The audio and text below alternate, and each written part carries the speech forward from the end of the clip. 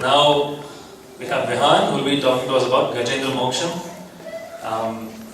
I know how much effort he's actually put into this because I sat through with him. So I'm really looking forward to hearing his delivery. So I think we'll all give Vihaan a round of applause in advance and encourage him to make us all proud today. Radhe Radhe. Gajendra Moksham. Radhe Radhe. My name is Vihaan and I'd like to thank you all for taking your time out to come to the Namada today. The Srimad Bhagavatam is the ancient Purana that talks about the greatness and glories of Bhagavan and his Bhaktas, or devotees. It is a truly unique text in its beauty, charm, diction, and philosophy, though perhaps what sets it apart is its striking relevance to us in this day and age that we live in. During the festivity known as Srimad Bhagavatam Saptaham, the whole Purana is represented in a period of 7 days with great devotion. In it is the story of Gajendra Moksham, one of an elephant who was saved by Lord Vishnu, who came rushing down to save his devotee. It is said that chanting Gajendra Moksham every morning has the same benefits of chanting Sri Vishnu Sahasranama, the 1,000 names of Vishnu. It is one of many stories in Srimad Bhagavatam that highlight the compassion of the Lord, the elephant and the crocodile. There was once a mighty elephant called Gajendra, and he was the king of his elephant herd. One day, it was very hot, and all the elephants, including Gajendra, were feeling very thirsty, and went in search of water. They spotted a pond, and all of them were happy to see it, and they started to play in the pond. However, this disturbed all the crocodiles in it. They knew it was Gajendra who was responsible for this. The crocodile head went and caught the feet of the king of the elephant herd. Gajendra was in deep distress. All the other elephants tried to pull him out, but in vain. Days passed by and the struggle was still on. Gajendra tried so hard to get away from the crocodile, and when he and all his friends had given up, he had eventually acknowledged there was something greater in this world, that had to be able to help him out of this situation. Since Gajendra didn't know who that was, lifting his trunk towards the skies, he called out, "O Supreme Being, I surrender to you." In his prayers, Gajendra thought about all the worldly beings, such as himself. Gajendra compared this state to a cow and its calf.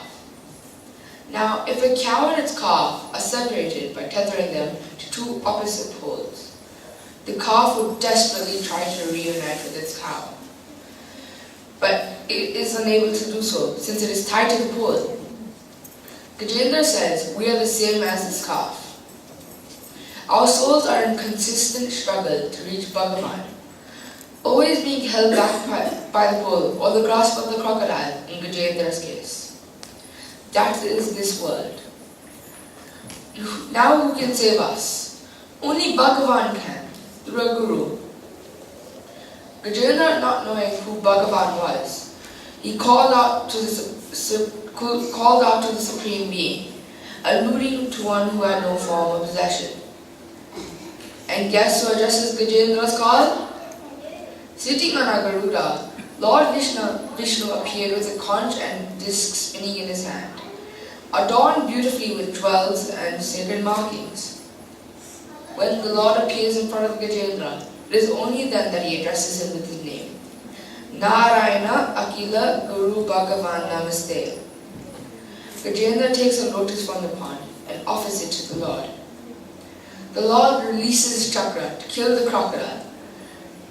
He put forward his hand to liberate Gajendra, both from the grasp of the crocodile and of that world, thus giving him moksha. Gajendra then asked the Lord to explain how one may attain liberation. The Lord himself says that one who remembers this episode of Gajendra Moksham and chants it every morning will attain liberation. That is why Gajendra Stuti or Gajendra Moksham is considered to be extremely powerful, enabling one to remember the Lord in his or her last moment. Now let me tell you about my personal learning out of this story. When in trouble and all other things fail, God is your ultimate strength.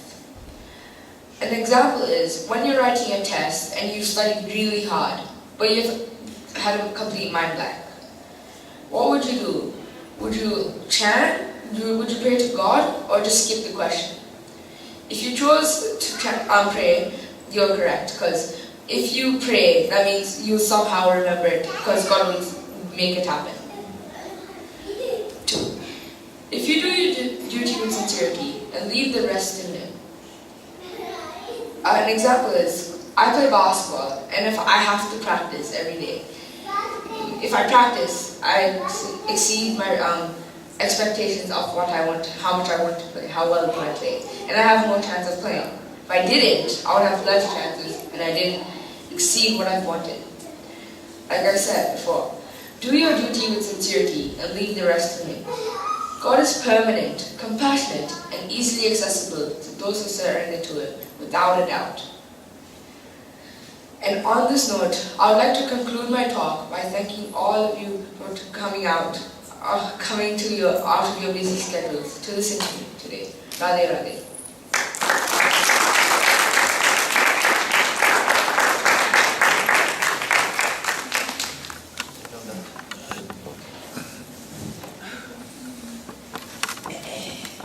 That's another round of applause. That was amazing. Amazing effort by both Harshita and Vihaan. I know it seems like I'm saying this every day, but like I've seen how much effort has actually gone into this, and they've really come a long way from when they first tried talking. It's really not easy. The first time I spoke publicly in front of many people, I was 17, which is considerably older than how old these children are. So they're very deserving for another round of applause. Radhe Radhe, we'll keep chanting Nama for some time, and then we'll have some Nama Sankirtan and bhajans. Gopika Jeevan